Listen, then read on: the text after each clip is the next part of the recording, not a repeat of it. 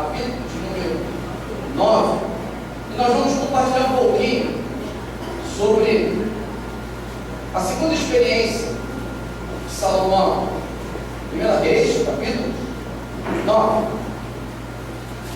É interessante destacar que os textos do Antigo Testamento, eles retratam a história do povo de Israel, desde a criação, no Gênesis, até o povo de Israel. O livro de Reis, o livro de Samuel, vai falar sobre a figura dos reis.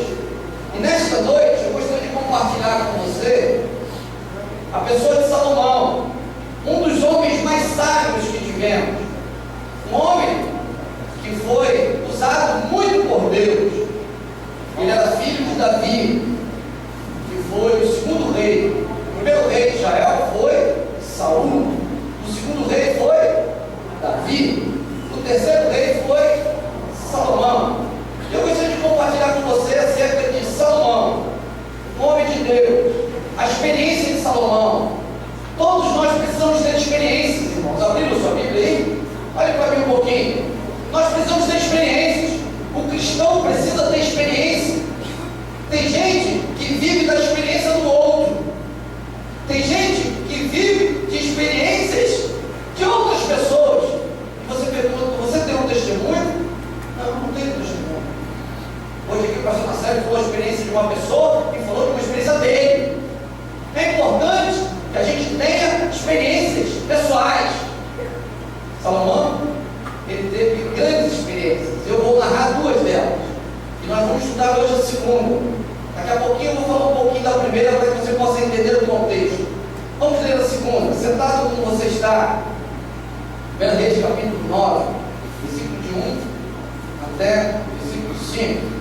Quando Salomão acabou de construir o templo do Senhor e o palácio real e tudo que desejara construir, o Senhor lhe apareceu pela segunda vez, como lhe havia aparecido em Gilbeon. O Senhor lhe disse: ouvi, pois, a tua oração, Salomão, ouvi a tua súplica que você fez diante de mim.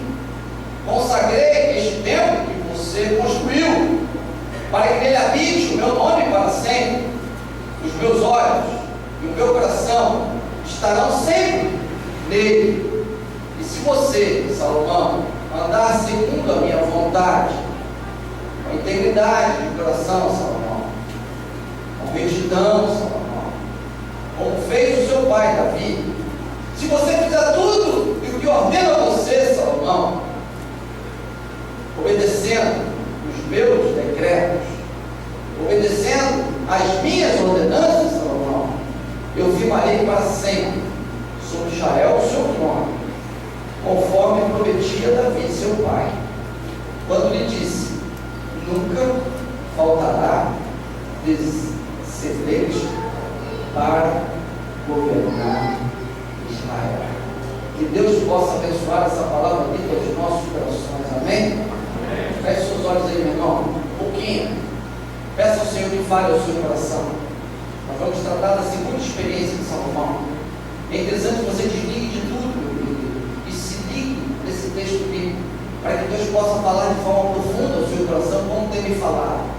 Diga assim: Pai, nesta noite, eu quero ouvir a sua voz. Fala comigo, irmão.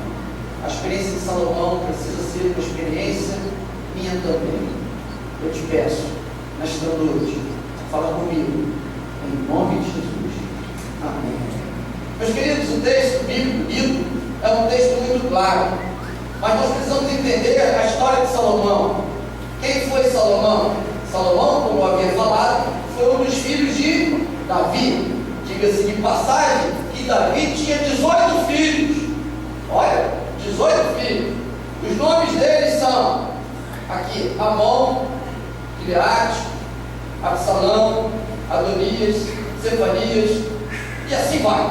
Isso tudo está em 2 Samuel 3, está também em 2 Samuel 5, de 14 a 16, e fala sobre o último filho, a última filha, que é Tamar também, que se encontra lá em 2 Samuel 13, 1. 18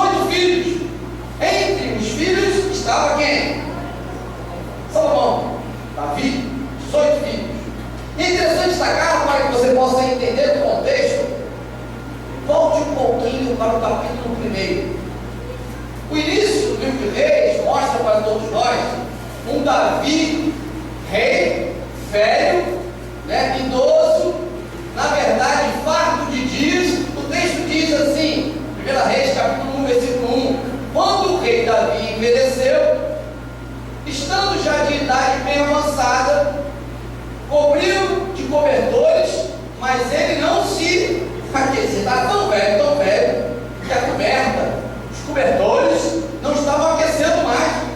Ele estava vivendo bastante, muito vivido, idoso, velho, farto em idade, uma filharada tremenda, um homem de Deus. Davi, conhecido por todos nós como homem o quê?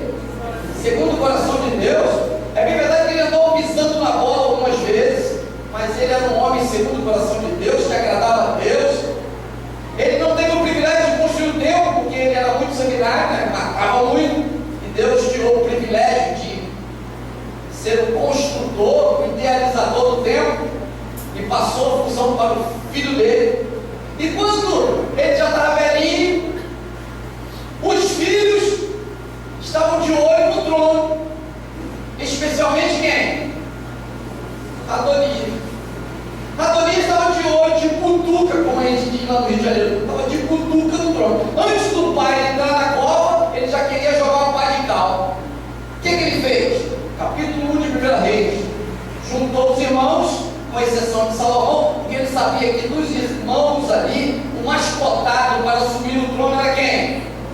Era Salomão. Ele, na verdade, não era o prioritário, aquela prioridade, mas ele estava lá, estava na frente, muito mais que Salomão, e ele achou o seguinte: eu vou montar eu vou fazer um plano, vou convidar todo mundo para um jantar, e lá eu vou chamar os amigos, não chamo Salomão, e na hora todo mundo começa a dizer assim, ó: Adonias, rei, salve Adonias, Adonias, rei. Só pronto, a partir dali eu tomo posse do reinado e começo a reinar no lugar do meu pai. Ele já está quase morto mesmo, só falta enterrar, pronto. E o que aconteceu no primeiro rei foi isso. Ele montou tudo direitinho, só não convidou quem? Salomão, nem quem? O profeta. Não convidou o profeta. Aí o profeta, quando viu aquela festinha, todo mundo gritando, Adonias, chega, Adonias, falou: olha, é possível. Chegou diante de Davi, velho, mas lúcido ainda, falou: Davi, o senhor passou o trono para Adonias? Ele falou: eu não. Quem disse isso? É porque eles estão fazendo uma festinha lá, Salomão não está lá, Betseba, mãe de Salomão, não está, eu não fui convidado, e olha, entre aspas, o bicho está pegando lá.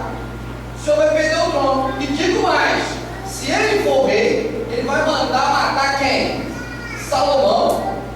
Vai mandar matar a sua esposa, que é a mãe de Salomão. E olha, está tudo feito. Aí o que aconteceu? Salomão soube, Davi soube, mandou chamar Salomão, mandou chamar o profeta e falou assim: ó, a partir de agora vamos fazer a coisa certa. Vai pegar Salomão, vai colocar no jumento, lá na casa de educação do jumento, né? Coloca em cima do jumento, tipo a gente vai fazer posse, tomar posse. O Ademir vai entrar na inauguração do jumento lá, vem Ademir? Vai tomar posse, suba no jumento, passe nas ruas e passe a gritar o quê? Salomão é o rei de Israel. Salomão é o rei de Israel. Salomão é o rei de Israel. Chamou o sacerdote e o profeta, pega o óleo da unção, unja, e a partir de agora Salomão é o rei de Israel. E assim aconteceu. Meu querido, por que eu estou contando tudo isso como parte introdutória? Para você entender que o início do reinado de Salomão não foi fácil não, porque tem gente que pensa, olha para a vida dos outros e fala assim: ah, mas ele tem facilidade, a vida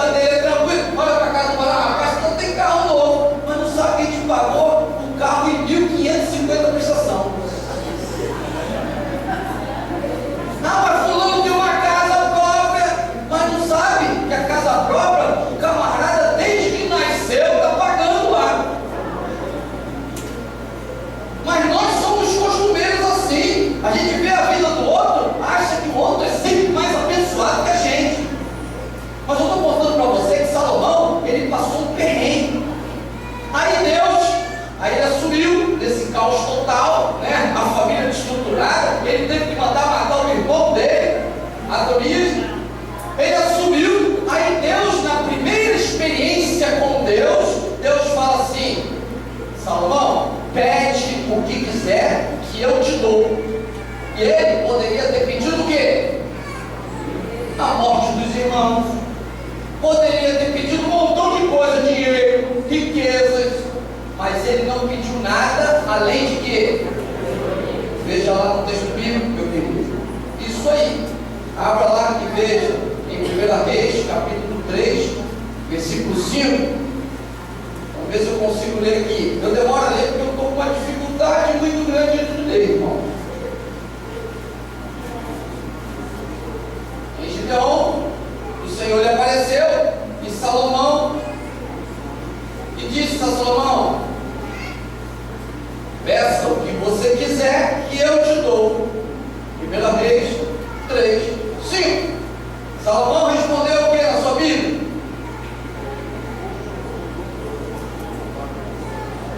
Tu foste muito bondoso para com o meu servo, para com o meu pai, e fiel a ti, foi justo, reto de coração. Tu tiveste grande bondade para com ele. Agora, Senhor meu Deus, fizeste que o teu servo tornar o lugar do meu pai. Está vendo? Ele está acreditando que ele foi colocado ali por Deus. Dai-me, pois, o que? Eu não posso, como jovem, eu não sei dirigir o povo. Teu servo está aqui em meu povo que escolheste, um povo tão grande como a areia do mar. Mas eu quero, Senhor, discernimento para governar o teu povo e capaz de distinguir entre o bem e o mal. Meu querido, Salomão via tudo, ele pediu o quê? Sabedoria.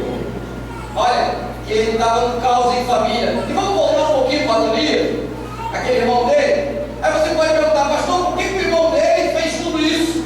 Volte lá para o capítulo 1, volta um pouquinho, só para você ver um pouquinho desse texto bíblico. Capítulo 1, versículo número 5. Quem era o irmão dele que tentou pegar o trono dele? Adonias, cuja mãe se chamava Agite, tomou a dianteira, excesso de iniciativa, e disse: eu serei o rei, e providenciou uma carruagem de cavalos, além de 50 homens para correrem à sua frente. E o que diz no verso seguinte? O seu pai nunca o havia contrariado. Olhe para mim, meu querido. Adonias fez tudo isso porque o pai dele, Davi, nunca disse o quê? Não. Papai, eu quero isso. Sim, filho. Toma, filho. Mamãe, eu quero isso. Toma.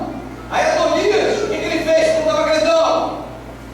Tentou tomar o trono do pai. Meu querido pai e mãe, aprenda a dizer não. Tem pai e mãe que não sabe dizer não. Aí quando o filho pede, ele fala assim: fala com seu pai. Aí a mãe fala o quê? O pai fala: fala com a sua mãe. Aí quando minha mãe e meu pai faziam isso, eu desperto. Saí. Papai disse que falava com a mamãe. Mamãe disse papai, pronto. Um pensa que o outro liberou. Eu ia embora. A criança que não tem limites, ela chega nesse estágio aqui. Voltemos para Salomão. Aí Salomão então pediu a Deus sabedoria, foi um homem sábio, foi um homem íntegro, teve a causa das mulheres que a gente conhece. Mas a mensagem de hoje, meu querido, desses 10 minutos finais, está acerca da segunda experiência. Ele somente não teve uma experiência. Depois que ele construiu o templo, depois que ele fez tudo isso, ele estava com sabedoria dada por Deus. Ele estava orando, clamando ao Senhor, e Deus chegou diante dele pela segunda vez e falou assim: Salomão, as tuas orações foram ouvidas. A Bíblia é clara quando fala acerca dos servos cujas orações foram ouvidas. A gente conhece um personagem do Antigo Testamento cujo nome era Jabes. Jabes, um homem íntegro, reto, e Deus ouviu a oração de Jabes: alargar as fronteiras, desviar do mal, a sua presença esteja comigo. E Deus ouviu a oração de Jabes. No Novo Testamento estava lá Cornélio, e Deus ouviu a oração de Cornélio.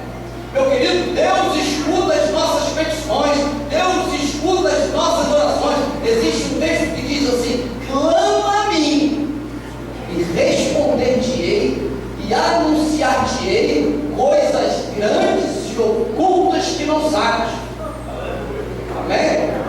Aqui está Salomão.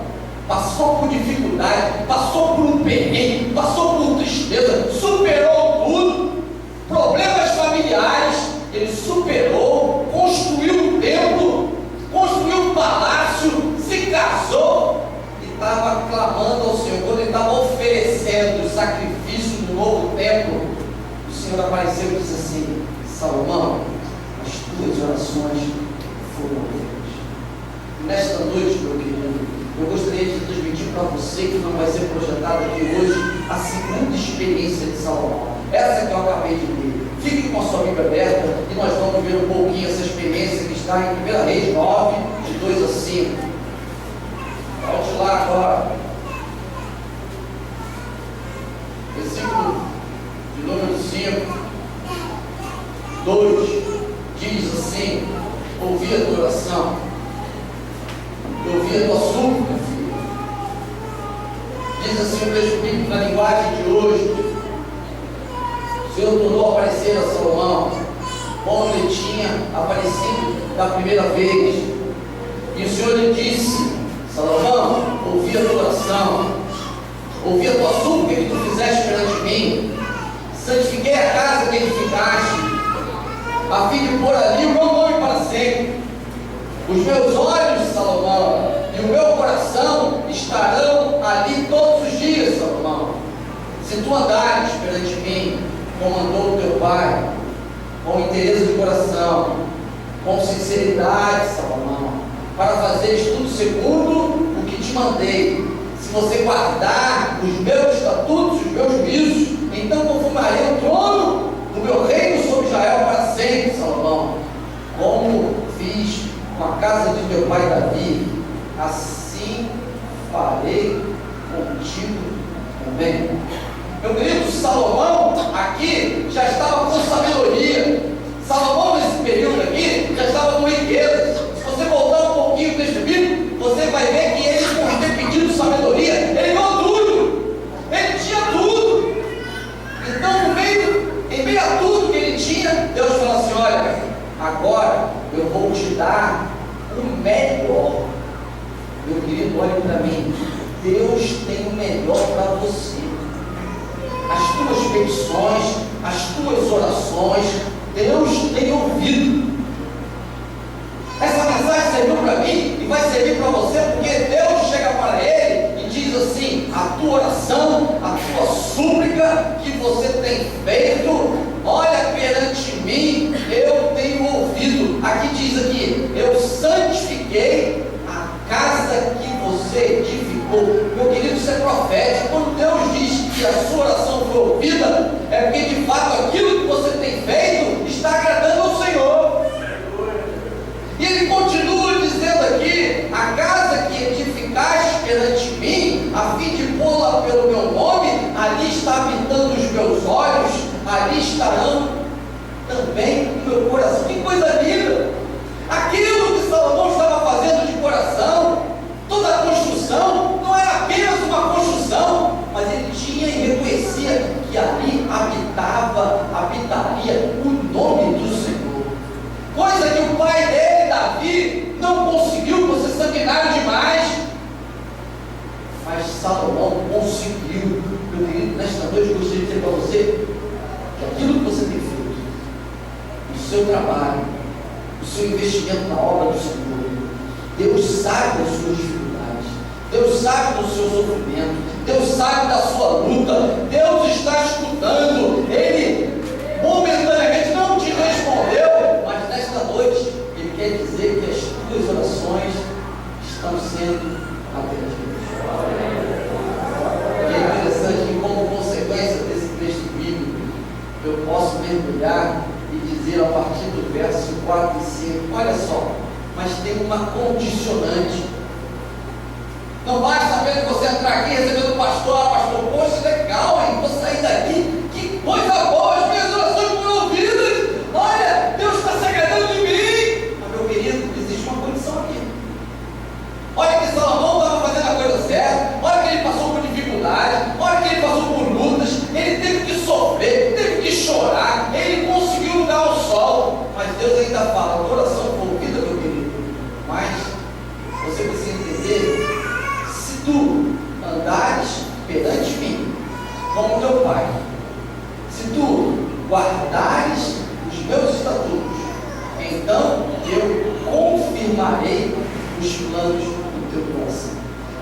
existem três questões aqui intrínsecas.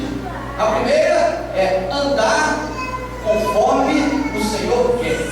O que acontece muitas das vezes é que nós queremos andar com os nossos próprios pés. Nós queremos andar aonde a gente acha o melhor. Meu querido, ande conforme o Senhor determina. O texto bíblico para Salomão é: Salomão, você quer continuar a ser um canal de bênção? Você quer ser uma bênção maior ainda? Ande nos caminhos do teu pai. Ande nos caminhos que foram ensinados pelos seus antecessores. Meu querido, o melhor caminho que você tem a seguir é o caminho do Senhor. Existe um texto bíblico que diz: ensina o menino no caminho que deve andar, e até quando envelhecer, não se desviará. Um moleque em Nova Iguaçu, moleque mesmo em Nova Iguaçu, andava sem camisa, andava de chinelo, irmãos, andava de moto sem capacete. Naquela época eu tinha Jesus. Volta e meia eu chegava lá em casa, o guarda me prendia. O guarda me prendia, e meu pai não era crente, dava uma nota de 10 reais, de 20 reais do guarda, liberava. Irmãos, era assim. Era assim. Depois que a gente começou a aprender as coisas certinhas, o que é certo, meu querido, Deus começou a nos abençoar. E até hoje eu aprendo. Estados Unidos estava lá com o carro, passei o sinal amarelo, multa de $200. Irmão, agora aqui, quando eu passo o sinal amarelo a 300 metros, eu pago. Aprendizado. Aprender com as nossas experiências. O texto bíblico aqui diz: andar conforme o Senhor quer. Você sabe o que é certo e o que é errado. Você conhece. A sua consciência sabe quando você não devolve o troco, quando você acha o celular e já joga o chip fora, quando você entra na internet para aqueles caminhos. A sua consciência sabe. Não precisa ninguém estar falando aqui. Você sabe quando você está certo e quando você está errado. A segunda olhada para a menina, eu falei para o rapaz: você não pode dar a segunda olhada não, pastor, estou na primeira olhada ainda. Você sabe andar conforme os teus ensinos, os princípios de Deus. Nós conhecemos, o Cláudio pregou no domingo passado aqui, que nós erramos por desconhecer a palavra. O povo sofre por causa disso. Por outro lado, o povo também sabe a palavra, mas não vive. Muitos querem sacrificar, e Deus falou: não quero sacrifício, eu quero obediência. Por isso, o primeiro tópico aqui, que Deus fala com Salomão: firmante os meus caminhos. Depois ele fala: guarde os meus estatutos. Existe um verso na Bíblia que diz: escondi a tua palavra no meu coração para não pecar contra ti. É guardar, é decorar, é colocar em lugar de destaque, é sim ficar lá enraizado, é ter conhecimento da palavra de Deus, escola bíblica dominical, curso de teologia. Precisamos conhecer. Lá no acampamento da igreja, falou outro ali no domingo passado, com outro nome de Abraão. Aí o camarada levantou: pim! Moisés, tomou uma tortada na cabeça. Tinha que tomar 2 tortadas. Abraão, Moisés é Abraão, meu querido. Nós não conhecemos a palavra de Deus. Aí eu texto bíblico aqui: ande nos meus estatutos, guarde os meus ensinamentos, e por último, confirme o meu trono. Vá adiante, persevere. Aquilo que Deus tem chamado para você, meu irmão, vá adiante. O que tem de crente que começa uma obra e não termina. Na vida secular ainda se admite isso, para fazer pedagogia. Daqui a pouco está fazendo direito, daqui a pouco o camarada está fazendo. Irmão, não sabe o que é. Na vida secular pode ainda mudar, mas na vida cristã, sem rumo, sem objetivo, sem planejamento, o que você prometeu na virada de ano? Não, esse ano 2016, Senhor, eu vou ser um servo do Senhor, eu vou ser dizimista, eu vou ler a Bíblia toda. Não leu um versículo, não deu um centavo para a obra do Senhor, mas prometeu. O texto bíblico diz assim: confirma aquilo que você prometeu. Deus falou com Salomão: olha, aquilo que Deus prometeu ao seu pai Davi, confirma na sua vida. Meu querido, gostaria de concluir essa pequena mensagem dizendo para você o seguinte: existe uma história que eu estava lendo, que ela diz o seguinte, que o soldado voltava para casa depois de uma guerra. Isso foi fato verdadeiro. Ele lutou no Vietnã e voltou para os Estados Unidos e ficou em São Francisco e ligou para os pais que estavam em outro estado. E lá ele ligou e disse assim: pai, mãe, estou voltando para casa, mas antes eu quero te pedir um favor a vocês. Eu tenho um amigo que gostaria de levar comigo, mas esse amigo, eu gostaria de dizer, aí eles falaram: tá bom, filho, nós adoraríamos conhecê-lo, traga sim. Mas o filho falou: não, mas eu gostaria de dizer alguma coisa desse menino que eu estou levando. Ele pisou numa mina, perdeu o braço, perdeu a perna, e pior ainda, ele não tem nenhum lugar para ficar, para morar. E eu queria levá-lo para morar com vocês. Aí os pais falaram: nossa, filho, sinto muito, talvez possamos ajudá-lo a encontrar um lugar para ele morar. Aí o filho, no telefone, falou: não, mãe, não, eu quero que ele possa morar na nossa casa. Aí disse a mãe: filho, disse o pai à mãe, você não sabe o que você está pedindo, filho. Você não tem noção da gravidade do problema. A mãe, concordando com o marido, reforçou: alguém com tantas dificuldades seria um fardo para nós, filho. Temos nossas próprias vidas, não queremos uma coisa que interfira em nosso modo de viver, filho. Acho que você poderia voltar para casa, esquecer esse tal de rapaz. Ele vai encontrar uma maneira de se virar e se viver. Aí diz que é uma história verídica, que alguns dias depois, os pais receberam um telefonema da polícia informando que o filho dele havia morrido ao cair de um prédio.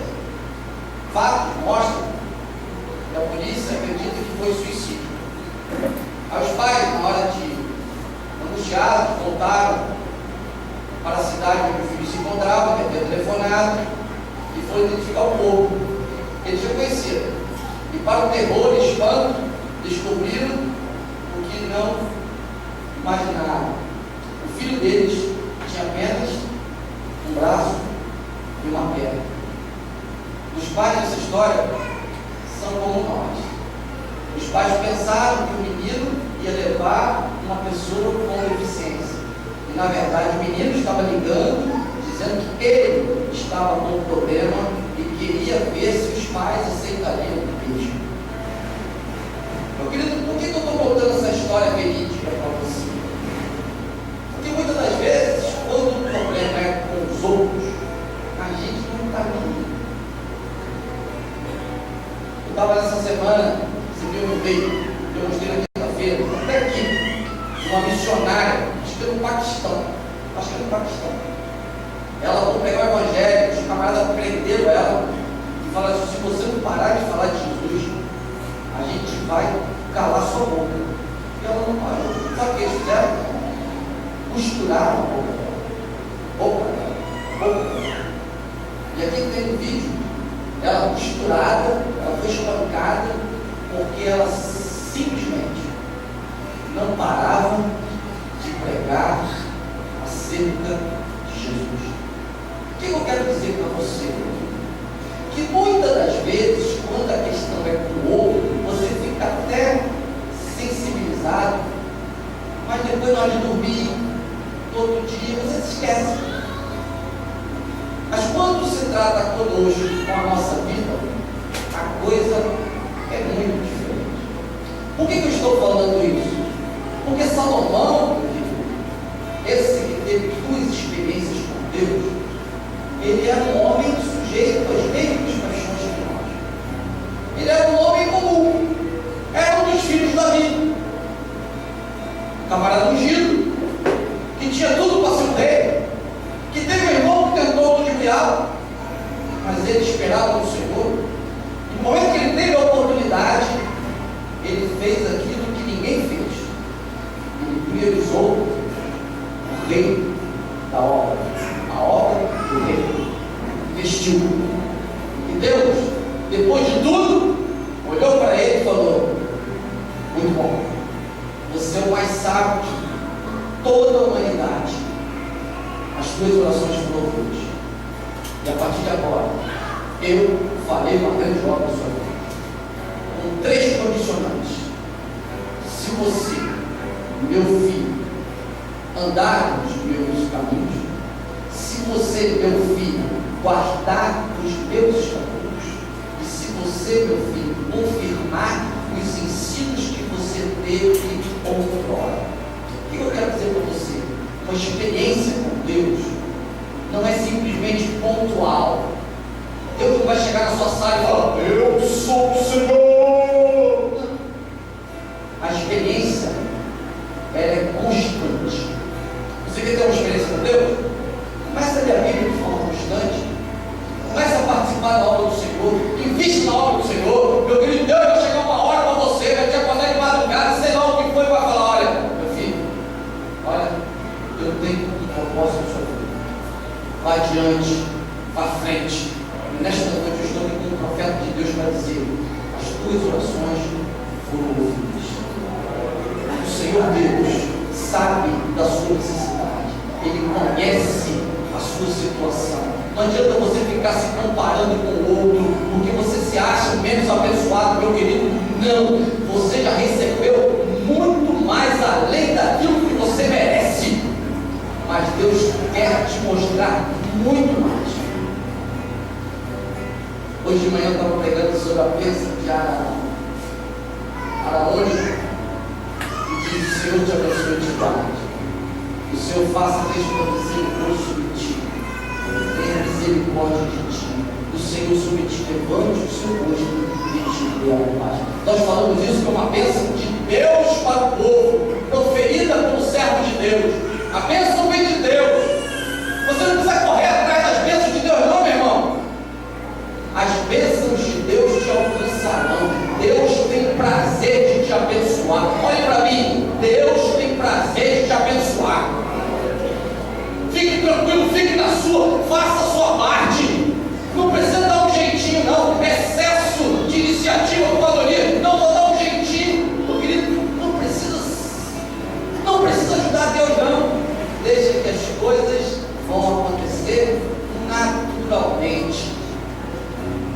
Feche os olhos nesta noite, meu querido. Eu estava lendo no dicionário que significa sabedoria. E eu concluo sabedoria. Alguns dizem que é qualidade, sabedor, redução de conhecimento, conhecimentos fisiológicos, filosóficos, melhor dizendo, totalidade de conhecimentos adquiridos, inteligência, pensamento sábio.